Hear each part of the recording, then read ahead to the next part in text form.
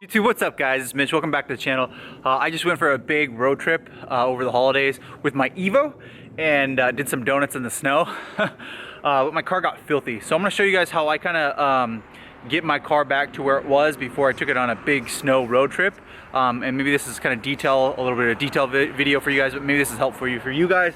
But I'm just gonna show you guys how I detailed my Evo to get it back shining because it is so filthy right now. Let me go ahead and so you'll be able to notice right away. Oh man, yeah. So we went over like 2 mountain snow passes, and you guys can just see this thing is just caked. Like every inch of the whole car is just so filthy. It was so dirty, believe it or not, that even to see through here, I couldn't see through the mirror because the mirror was so dirty. It was like I couldn't see the cars behind me. I just wanted to show you guys. Look at this. That is dirt right there. So I'm gonna show you guys how I kind of restore it. As well, the interior is kind of dirty from using it over the weekend, but this thing is just absolutely filthy. So I kind of wanted to show you guys how I detail my Evo to get it back looking good. Now I'm not going to do it where I remove the wheels and clean underneath the fender wells and then clean each wheel separately. I'm going to do everything on the car without jacking it up, but I'm going to make sure it looks really nice. So first thing I like to do is get a vacuum.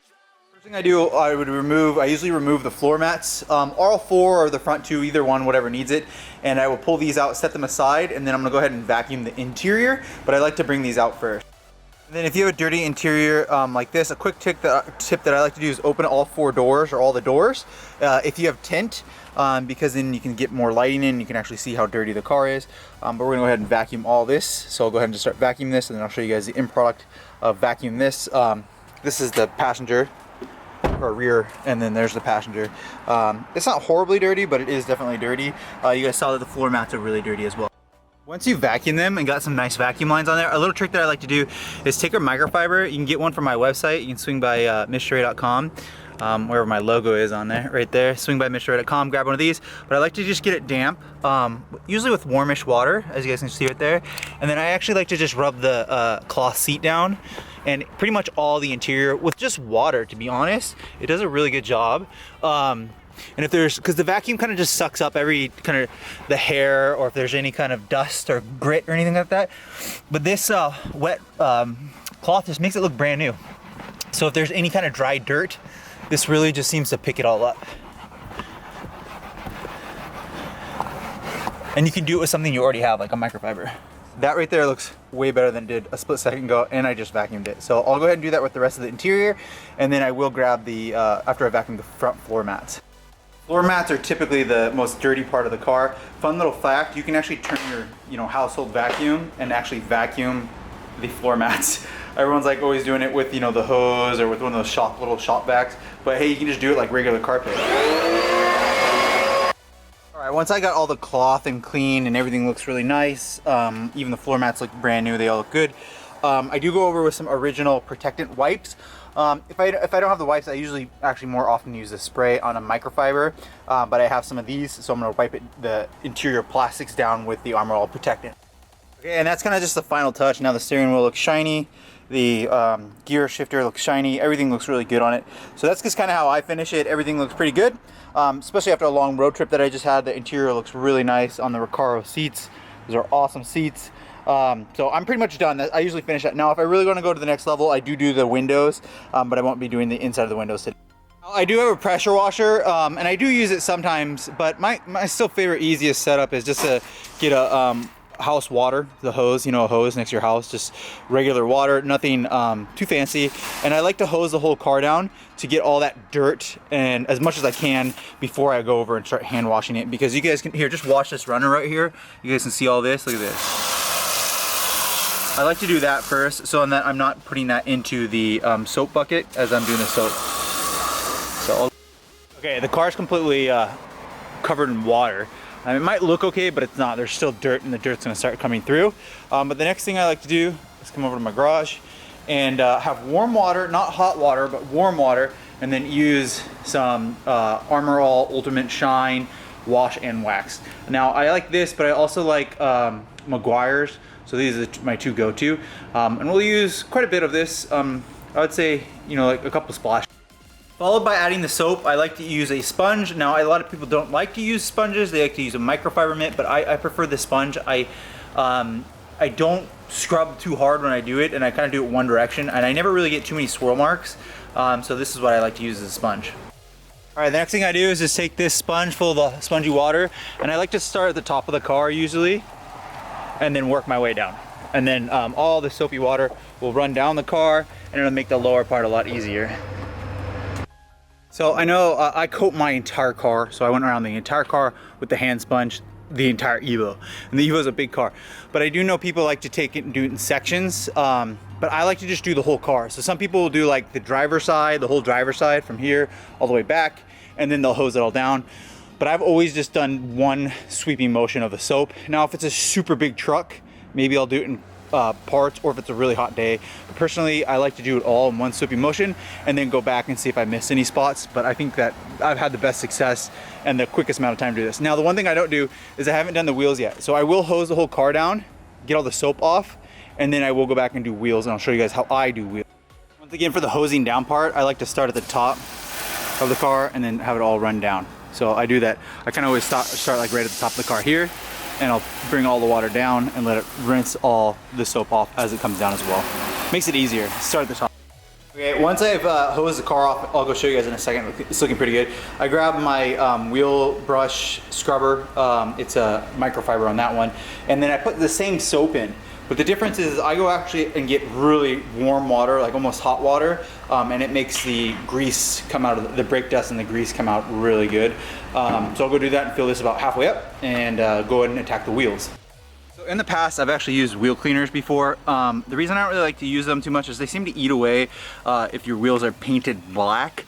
Whether these are Rota RPF ones and they came this color, they're not painted, they came this color, but I can see that sometimes they fade, so I just use that soap. The only difference is I use a wand right here and then really hot water, and then I get that all soapy, and then I just go through here. I mean, honestly, this will give you a really good results, and a lot of the times the ones that say there's no scrubbing involved, they actually don't do a very good job in my opinion. You really just have to agitate the wheel to get your best results, and this always gives me a good result. So this is what I do.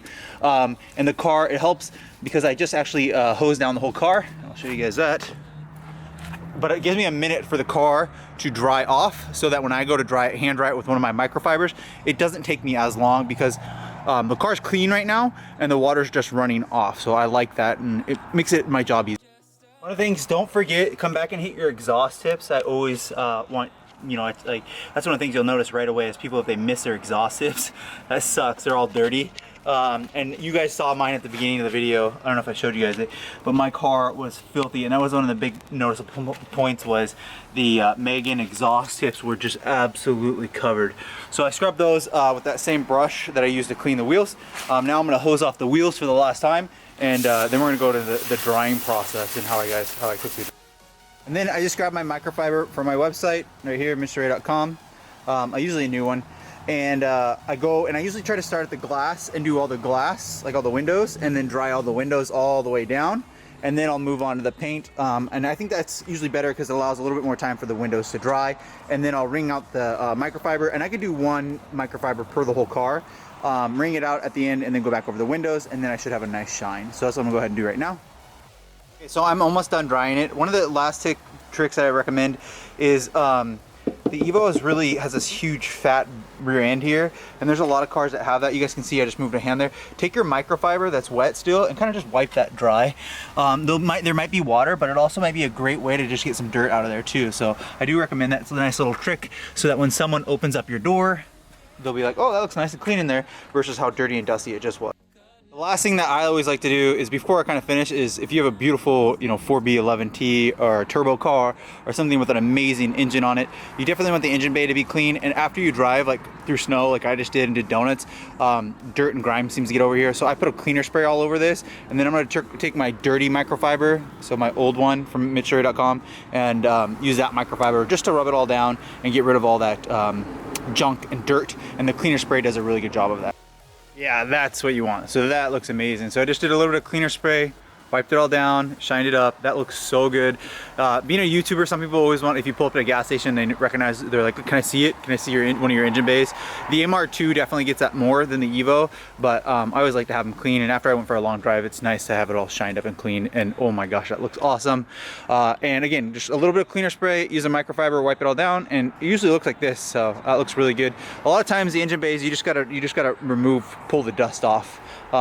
Because they usually don't get too much dirt and grime. It's more just dust. And that's it. That's how I clean my cars after a long drive. You guys can just see how shiny this thing is. It looks immaculate. It's perfect. This takes me about an hour, maybe even an hour and a half, especially when I clean the interior. But you know, it's worth it. And that's one of the big things, like if you use your car as like a daily driver, or if you just use your car as a show car, it's always nice to get into it and have one, in clean interior, and then two, the exterior. And then the other thing is I've noticed is that the more often I clean my cars, the longer they seem to look good. And then if I don't clean it for like 2 months, which is really rare for me, when I go to clean it, it seems like it's just a pain, such a huge mess. And a lot of times it seems like the dirt doesn't want to come off as easy. But yeah, the interior looks amazing. Absolutely love my Evo 10. This is one of the best cars ever. Honestly, it really is one of the best cars ever. Really love it. But yeah, that's how I clean my Evo 10. If you guys like this video, make sure to hit the like button, subscribe if you're new to the channel. But this is just how I quickly detail my Evo. Absolutely amazing car. I love this car. A lot of people didn't know I have this car, so that's one of the reasons why I always try to sprinkle it in the channel. I hope I have more Evo friends and family on here. It seems like a lot of the times that Evo, I put Evo content, you guys aren't jumping on it. That's okay. I still love my Evo. Again, I'll be back with more CELICA content and back with more LOTUS content. That's what the thing that I'm gonna be working on next. Make sure to like button, subscribe guys, and I'll see you on the next video.